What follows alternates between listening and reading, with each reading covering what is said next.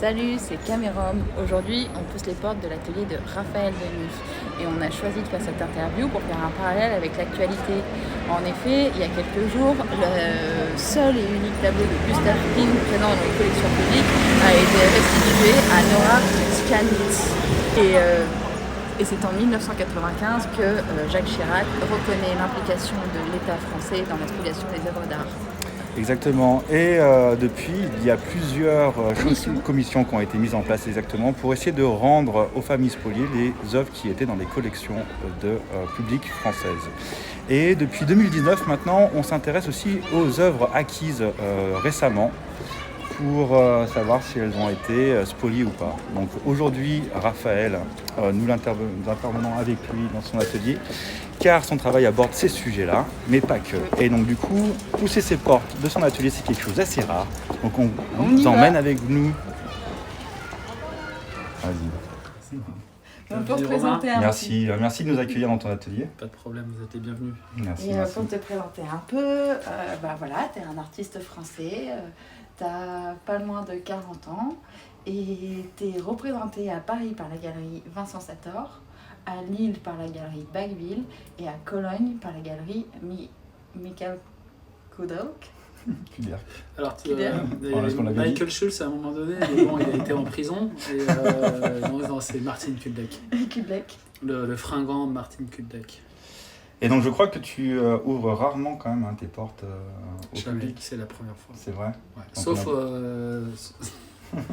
Sauf aux amis de Pompidou, sauf aux amis des Beaux-Arts de Paris, sauf aux amis de Pompidou. Et de la DIAF aussi. Et de la DIAF. La DIAF, ouais. Non, mais c'est vrai que dès que je suis rentré en fonction dans cet atelier, à savoir il y a 2 ans, je venais juste de terminer de faire les travaux, il n'y avait rien du tout, et j'ai reçu tous les amis de n'importe qui. Enfin, pas de n'importe qui, mais... Oui, tous les amis officiels d'institutions. Exactement. Bon, cela dit, à l'époque, j'allais avoir une exposition à Beaubourg. Ah oui, donc ça on avait tout bien organisé, quoi. C'était plus simple d'organiser ça à Paris qu'à Bruxelles, où j'ai un atelier à Bruxelles également. Où j'ai fait quelques visites, mais c'est plutôt... j'ai fait quelques visites, mais pas énormes, à Bruxelles.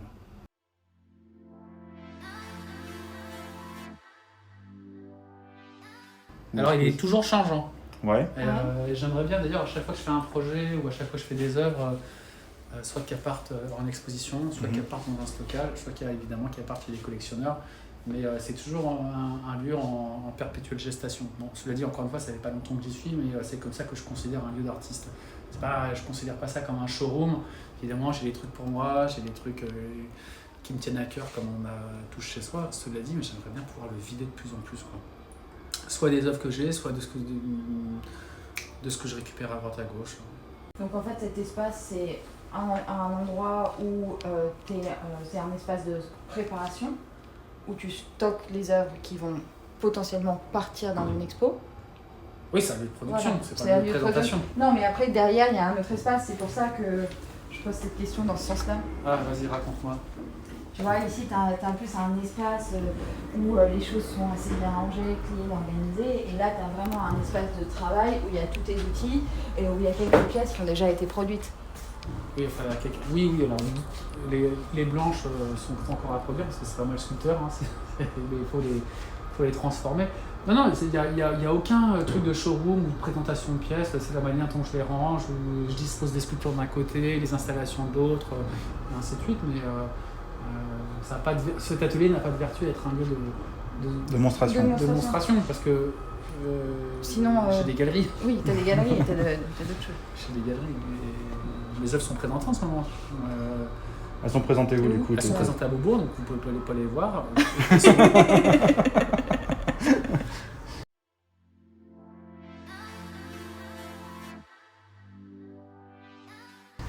L'année dernière, il y a eu une acquisition formidable par les amis du Centre Pompidou, d'une installation regroupant une quinzaine de tableaux.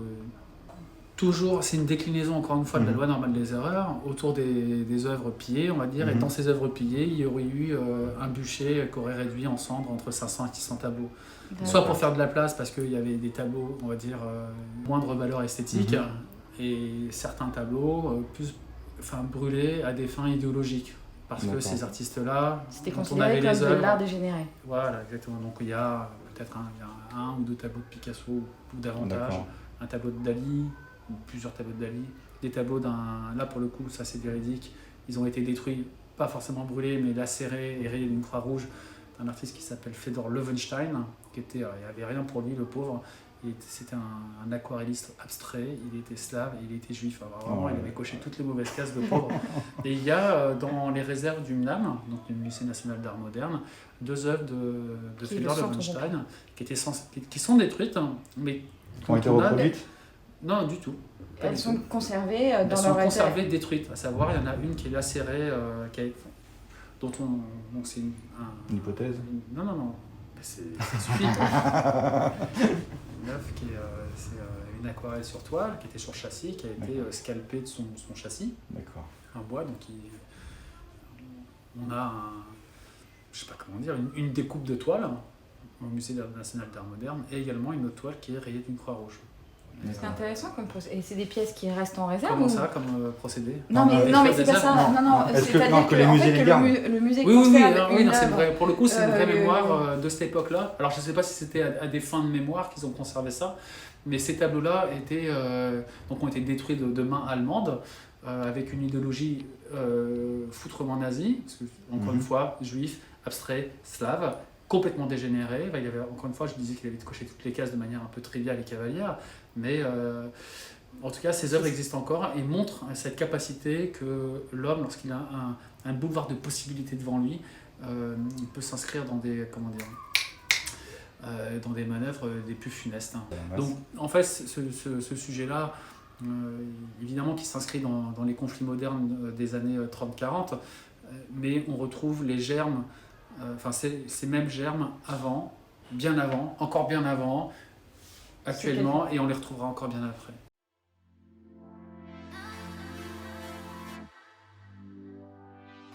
J'ai pas eu de révélation. J'ai des révélations pour certaines séries où je sais que ça va bien marcher parce que je vais aimer faire ce que je vais faire. Il y a une petite question. Il y a Blue Square qui nous dit Nice to see you in the studio. Non, pas de révélation. J'aime faire ce que je fais. Ouais. Est-ce qu'il y a un truc? Parce qu'en fait, on a des révélations quand on est au fond du trou. Et les révélations que j'ai pu avoir, à un moment donné, quand j'étais au fond du trou, c'est vraiment, je savais pas du tout ce que j'allais faire. J'ai été viré de toutes les écoles de beaux-arts que j'avais tentées. Genre, mais vraiment Montpellier, Brest, Quimper. Moi, je voulais Quimper.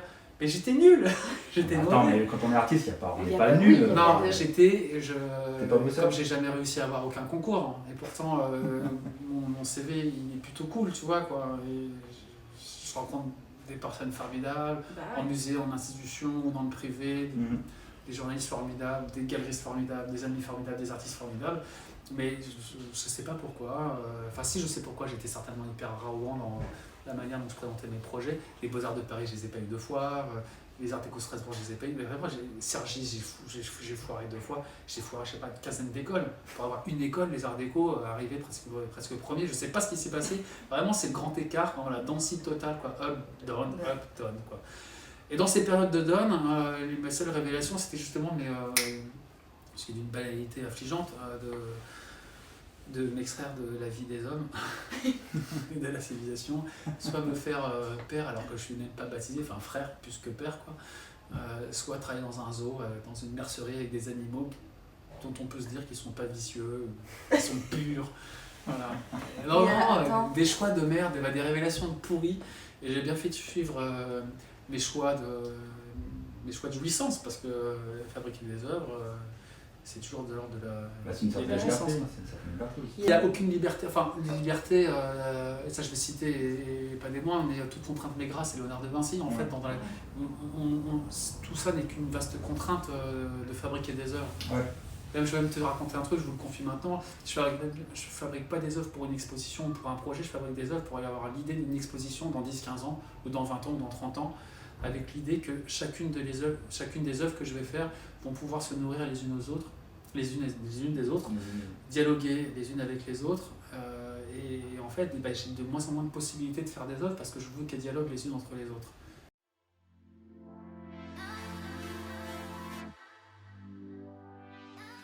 Aux Arts Déco, déjà, j'ai fait cinéma d'animation. Ah d'accord. Ça n'a rien à voir. Je Je faisais beaucoup de dessins. Bah, non, ça n'a rien à voir. J'ai fait tous les... en première année aux Arts Déco, j'ai fait ça sur 4 ans. Première année, en fait, on fait tout, on touche à tout. C'est cool. Deuxième année, c'était comment dire, ça s'appelait Traverse. Donc, c'était une église.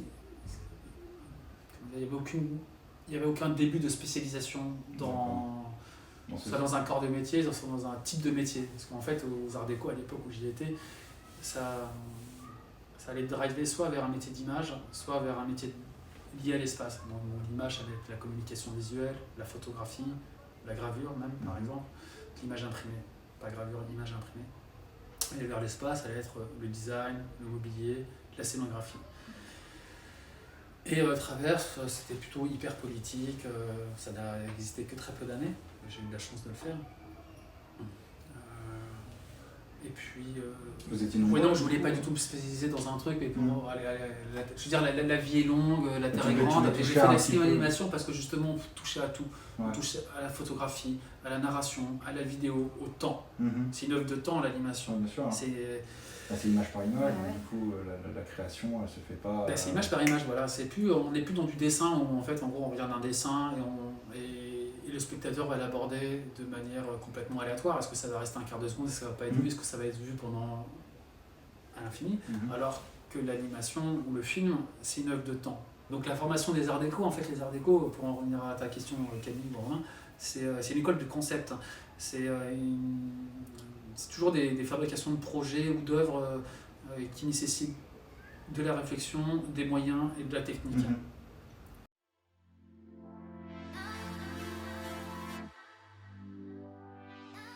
C'est la petite sœur de la consommation, sans palette, sans marchandises, il n'y a pas de consommation, il n'y a pas de capitalisme, etc. Mais en fait, l'enjeu, c'était pas de fabriquer ça, c'était de fabriquer un mode d'emploi pour fabriquer une espèce de palette sur laquelle on a eu, je sais pas, 12 mètres de marchandises, enfin un totem énorme qui ressemble un peu à un gratte-ciel. Mais c'était pas tant la finalité que le processus pour arriver à cette œuvre-là qui m'intéressait, c'est de fabriquer un mode d'emploi étape par étape à la manière d'un mode d'emploi Ikea, traduit, mais alors c'est compréhensible par 5 milliards de personnes, traduit sur Google Translate, en sanskrit, en anglais, en chinois, en mandarin, en arabe littéraire.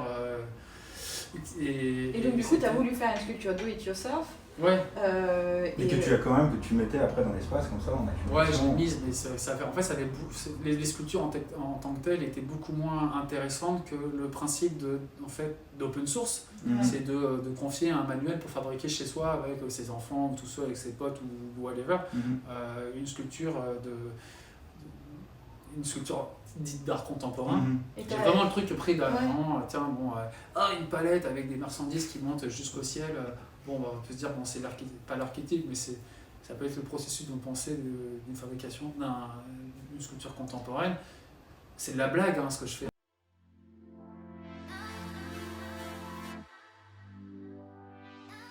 Ça vient d'une frustration, pas d'une frustration, mais voilà, je devais faire une exposition en Russie. Je sais pas, ça devait être il y a 10 ans, plus que 10 ans, 15 ans presque, 2006, 2007. Et il faut se méfier quand on travaille avec la Russie, Poutine. J'étais hyper bien accueilli, franchement nickel. Hôtel, génial. J'arrive dans une galerie dans la chambre et tout. C'était un musée, une galerie ou c'était un centre d'art, le Pierme, donc P-E-R-M-M, dans la ville de Perm. Pierme, exactement. Et ça devait être géré par Marat Gelman de la galerie Gelman. C'est intéressant au niveau de l'art, Marat Gelman, parce qu'en fait il faisait acheter par son centre d'art les œuvres que sa femme vendait à Vinzavod à Moscou. C'était vraiment... c'est un peu limite quand même. C'est super, c'est comme ça, c'est possible, donc tout va bien, boulevard, c'est bon. Je m'en doute. C'est perdu, c'est à la limite de l'Oural, avant la chaîne de montagne de l'Oural. Il fait froid en novembre. Ils ont biennale d'art graphique et mes œuvres sont jamais parties de chez moi, c'était bien emballé, etc. Il doit y avoir un camion, on va venir. Ils sont pas venus. Ils sont là jusqu'au dernier jour, jusqu'au jour où il doit prendre l'avion. Je raconte même pas la galère pour avoir son visa pour aller en Russie. C'est une autre histoire. Donc j'arrive, je me dis, c'est très bien, j'ai quand même mon billet d'avion, mon hôtel 5 étoiles, le chauffeur, manger dans le restaurant de la ville le plus classe. C'était bien, ça s'appelle le Santa Barbara. Tous les jours du saumon argenté, un borge différent, dîner avec les gouverneurs, tu sais, quand ils relevaient un peu les manches, il y avait des tatouages de dollars, etc. Vraiment un monde hyper testostérone, musclé. Dès que tu arrivé dans le musée, dans le centre d'art, tu avais sur une espèce d'énorme socle en marbre une BMW, une criblée de barres de Kalash. Vraiment, mais c'est un truc genre, oulala. Très drôle.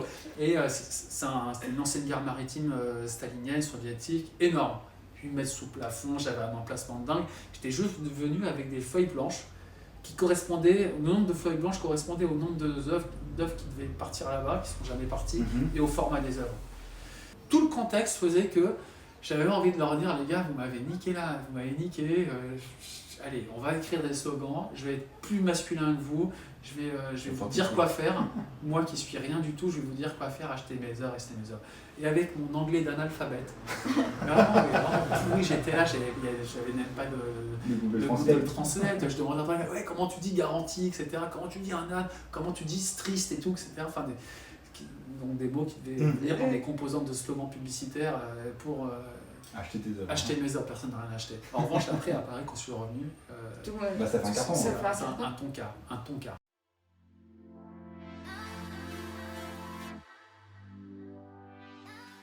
Frustration. Double frustration.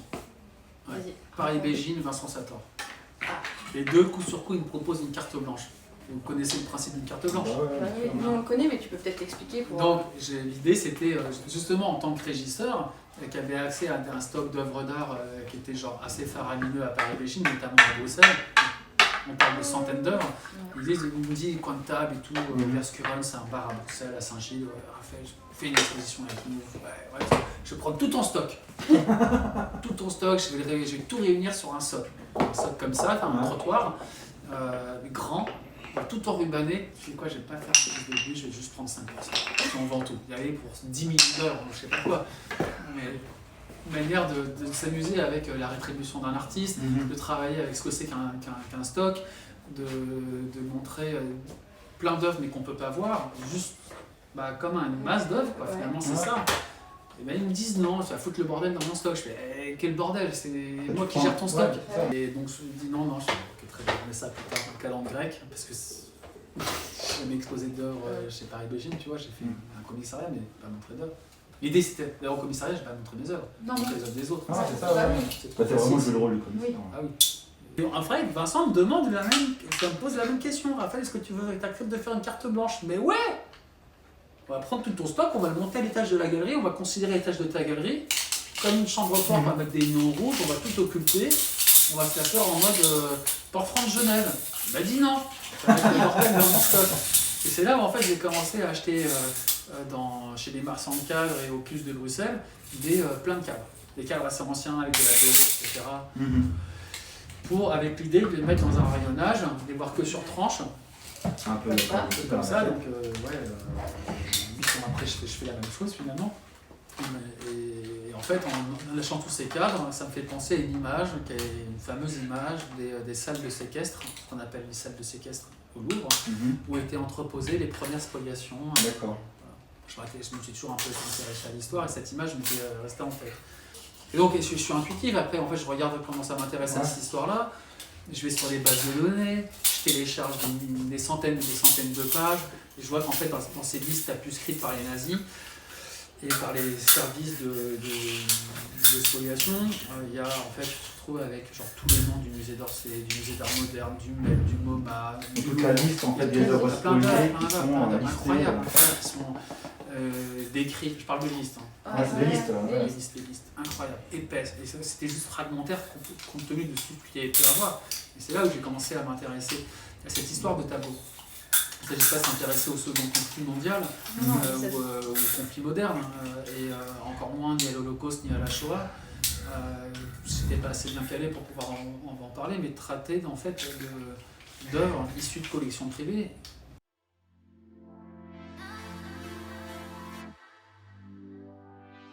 La loi normale des erreurs, c'est complètement lié à la... Bon, déjà, ça m'inspirait, je trouvais l'expression très belle, très mystérieuse, même presque vertigineuse. En fait, ça a complètement à voir avec la courbe de Gauss. Je vous explique j'expliquais tout à l'heure, qui est un principe de statistique qui permet de répartir un nombre donné d'éléments dans un grand ensemble et de la répartir toujours sous une forme de cloche, avec des extrêmes et puis un centre qui est la masse. Donc, je vous ai dit tout à l'heure, on peut par exemple prendre tous les individus d'une population donnée et on verra l'extrême pauvreté, l'extrême richesse et puis au milieu les middle class, quoi. Et en fait, au début, lorsque je travaillais, sur les tableaux que j'avais à disposition de cette base de données, il y avait autant de... on va être con, je vais être con de le dire, mais autant de croûtes qui pouvaient, ou d'inconnus, qui pouvaient côtoyer dans cette entreprise de spoliation des grosses stars. Donc tu avais des inconnus mais qui pouvaient te pondre une œuvre extraordinaire et un Goya tout mou, tout dégueulasse.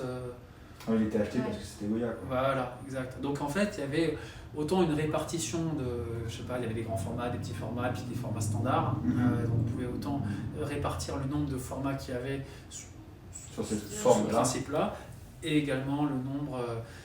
le mec connu et le mec inconnu. Mec connu ou inconnu, c'était pas tant les mecs connus ou inconnus, mais on peut aussi les répartir de cette manière-là. Parce que finalement, en fait, ceux qui sont le plus volés, c'est Picasso et Fragonard. Okay. Fragonard, ça pulvérise tout, quoi. Alors, et puis après, tu as des illustres inconnus, puis tu vas avoir genre un Memling, un seul, ou un Van Eyck, un seul, et puis un seul inconnu. Donc on peut répartir ça de cette manière-là. Mais c'était plutôt sur la qualité de peinture, où en fait le pire pouvait côtoyer le meilleur. En même temps, on peut voir ça aussi au sein d'une collection. Si on prend la collection Rothschild, qui est stratosphérique, quand je parle de Rothschild, je parle des 5 Rothschild, genre Maurice, Alexandrine, Edmond Rothschild, qui avaient, que ce soit en mobilier, en dessin, en objets décoratifs, on pouvait tout côtoyer, enfin le pire côtoyer le meilleur. Et donc c'était une manière très, très neutre en fait d'aborder le sujet des spoliations, le sujet des productions picturales et graphiques sous quelque chose le plus neutre possible. On répartit les éléments d'un grand ensemble toujours sous cette forme-là.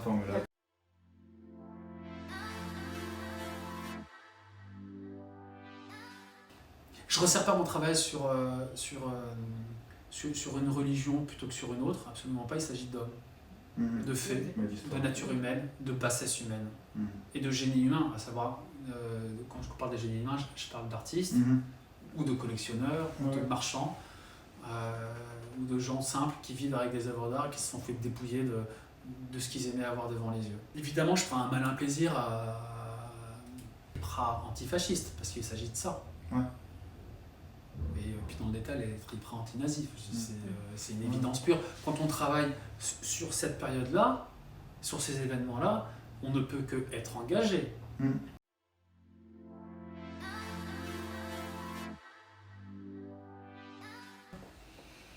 Déjà, je m'appelle Raphaël Denis. Il y a déjà un artiste qui s'appelle Raphaël Denis. Il est mort. Il était haïtien. Et il y en a même quelqu'un qui a pris comme pseudonyme Raphaël Denis. Il y en a 3 en fait. Bah ouais. Mais du coup. Non mais c'est Denis en fait, c'est pas vraiment, c'est un nom d'artiste, un nom, enfin je veux dire, il y en a combien des Denis, c'est comme les Martin ou comme les Dupont. Dubois. Voilà. Del Bosquet, etc. Il y en a plein. Donc forcément, il y a 10 Raphaël. Même sur Facebook, au début, je m'amusais avec Facebook, j'ai demandé à tous les Raphaël Denis d'être mes potes. Faut faire le groupe des Raphaël Denis. Il y en avait plein. Donc en fait, avec un nom comme celui-ci, forcément, tu as des homonymes. Ouais, c'est ça. Donc appelez, je sais pas, le site Raphaël Denis Studio, Raphaël Denis Artiste, bon, Instagram c'est Raphaël Denis 1992. Et mes œuvres, elles sont pas tout le temps signées, il y a toujours des super certificats hyper rigoureux, etc. Après les œuvres, elles sont pas toutes signées. Bon, les lois normales des erreurs, elles sont signées, les grandes installations, elles sont pas signées, un truc comme ça, je ne vais pas le signer. Où est-ce que je vais signer? Sur le socle, derrière chacun des éléments, dans les boîtes? Non. Donc je signe pas tout le temps mes œuvres. Oui, après mes œuvres elles sont identifiables comme étant les miennes et pas celles de quelqu'un d'autre. Après, pour les autres œuvres, finalement, c'est cool ce que tu dis. Il y a plein de citations de mon travail. Ça peut être la pierre de Dürer, la mélancolie de Dürer, ou Guy Debord, ou Marcel Proust, ou même tous les tableaux sur lesquels j'ai pu travailler. Sur les tableaux de Picasso, ou sur les tableaux de Fragonard, ou d'illustres inconnus, finalement, il y a plein de citations, de plein d'œuvres différentes, que ce soit littéraires, graphiques ou picturales. Je sais pas, j'ai envie de m'inscrire comme un passeur, ou comme un... Je sais pas comment on peut... quelqu'un qui cite.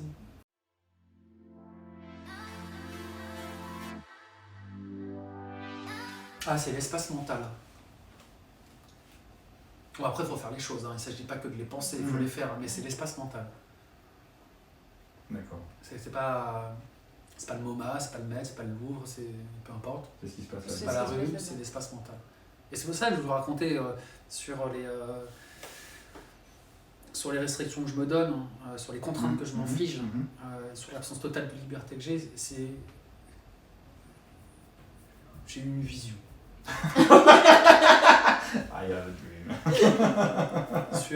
Et peu importe toutes les expositions que j'ai pu faire précédemment, les expositions que je vais faire, que je fais en ce moment, ou celles que je ferai prochainement, je travaille pour une exposition évidemment qui sera rétrospective. Posthume. Même si j'en fais en fait via des mini rétrospectives via un cycle d'exposition qui s'appelle Endless Collapse, où je viens commencer à faire dialoguer, je m'exerce à faire dialoguer via des fragments de série, à les faire dialoguer les unes avec les autres, ça marche super bien.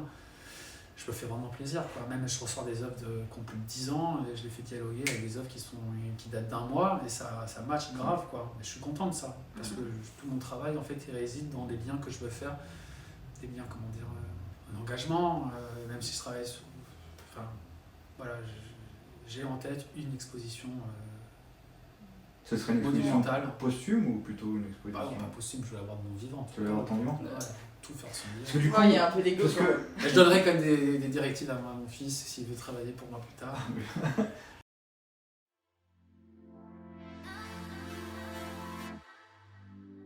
Les collectionneurs, ils parlent pas tous d'une même voix. Ils ont tous un rapport différent. C'est sûr. Mais c'est ça aussi le principe d'un collectionneur. Il y en a qui m'achètent des œuvres parce qu'ils les trouvent jolies. Bon, ça se discute pas. Ouais. D'autres parce que le numéro d'indexation va correspondre à ses initiales, sans être les initiales du collectionneur spolié. Bon, ça se discute pas non plus. D'autres parce que justement, et ça j'aime bien, c'est pour moi les personnes qui ont tout compris. Les personnes qui sont déjà reparties avec un tableau sous le bras, manière de parler, avec l'idée d'un Matisse. Des gens qui disent je vais repartir avec mon Matisse. C'est un délicieux Matisse pour le coup. Alors que c'est en fait un cadre tourné vieux avec un format noir et le numéro d'indexation qui correspond au Matisse en question. Avec derrière le tableau. Que le mec se projette en fait avec l'image mentale de la pièce. Et ça revient justement sur l'espace mental et la projection mentale. Et en fait ce format noir est une projection mentale. Avec ce numéro qui renvoie à un tableau qui est d'ailleurs une petite photographie, une impression en basse définition et qui n'aime pas. C'est une petite photo d'identité. C'est l'idée d'un tableau, c'est comme un photo. En plus, c'est même plus ça, parce que la personne va l'avoir en basse qualité, elle va dire ça va représenter ça, génie.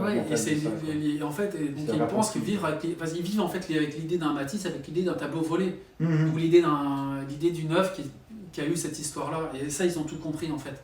Pour moi, ils ont tout compris, parce que c'est comme ça que je travaille sur la projection mentale. Ou la projection, comme on dit en italien, ça j'adore, vraiment la projection mentale. Et ça revient à ce que tu disais sur l'espace mental. L'espace idéal d'exposition, c'est l'espace mental.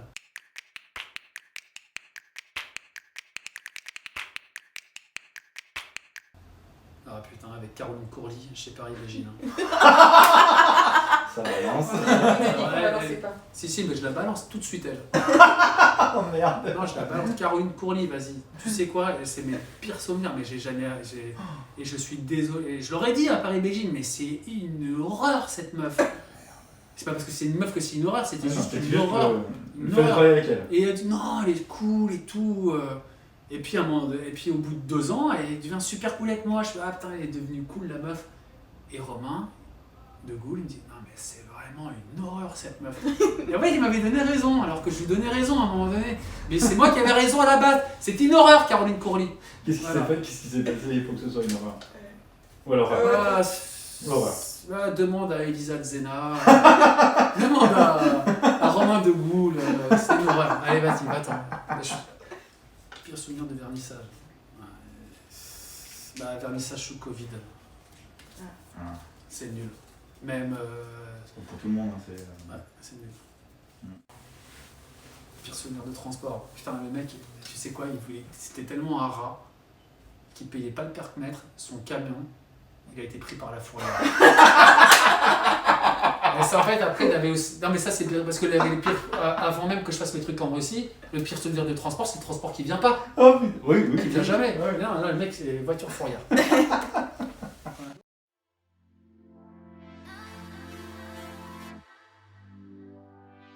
Musique, j'écoute plus rien. T'écoutes plus rien, musique Bah, soit j'écoute la radio. Bah, t'écoutes pas du coup, quelle radio t'écoutes?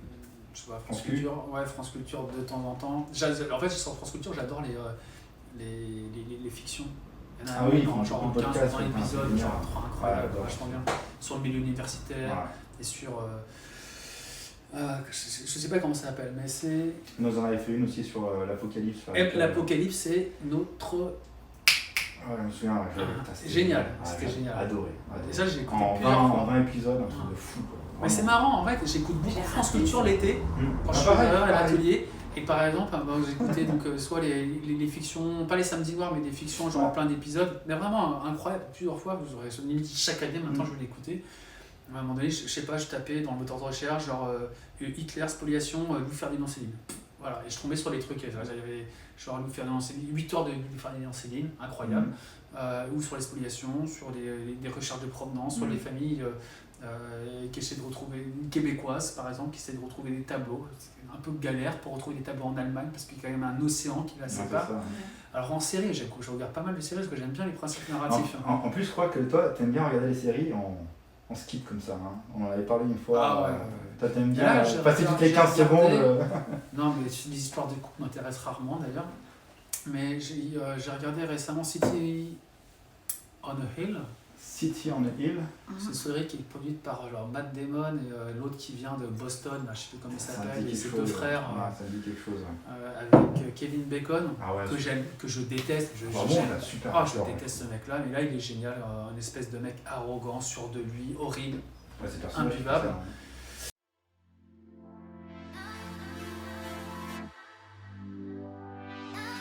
On est le 1er avril, aujourd'hui. Mais non. Si, le 1er avril. Ton fils t'a pas mis de la vue. Est-ce que tu peux nous donner ton meilleur souvenir de van d'un 1er avril que tu aies pu vivre ou qu'on t'ait fait? Non, t'as rien? Non, je crois que j'ai aucun ami. T'as pas fait de van toi? Tu disais que t'étais un petit trouillon apparemment quand t'étais. Des fans, j'en fais tout le temps, donc c'est pas. On n'a pas une qui t'a plus marqué qu'une autre? Non, mais écoute, ça suffit, Romain. Bon, bah écoute, moi je pense qu'on. Est-ce que t'es content déjà de ce petit moment passé ensemble? Ah oui, évidemment, être entre amis. Ouais, c'est cool, merci. Du coup, nous, pour les gens qui nous suivent sur Twitch, on se donne rendez-vous la semaine prochaine, jeudi, même heure, avec Magda Danise dans sa galerie. Et on abordera aussi la problématique du street art. Exactement, c'est une problématique qu'on n'a pas encore abordée, donc on va aborder la semaine prochaine. Pour ceux qui nous suivent sur YouTube, n'oubliez pas un petit like, un petit commentaire, un abonnement, ça fait pas de mal. Pour nous, ça nous permet. Et voudrait être à 0. Non, c'est pas vrai, parce que pour nous, plus on est nombreux. Ça pour le geste. Oui, pas ça pour les pouces. On fait aussi ça pour le geste, mais plus on a de likes, plus on a de commentaires, mieux on est référencé. Et nous, ça des nous permet... commentaires intelligents, mais pas de pouces. Et nous, ça nous permet d'avoir la possibilité de vous produire des émissions toujours de plus en plus meilleure qualité. Combien tu touches? Pour l'instant, on touche 0, mais c'est pas le propos. Merci Raphaël. Merci Camille. À la semaine prochaine. On vous aime. Peace. Ciao. C'est vrai, tu touches rien? Non, on touche pas dalle. C'est pour l'instant. On prendra un petit billet. Et on vous aime les amis. À la semaine prochaine.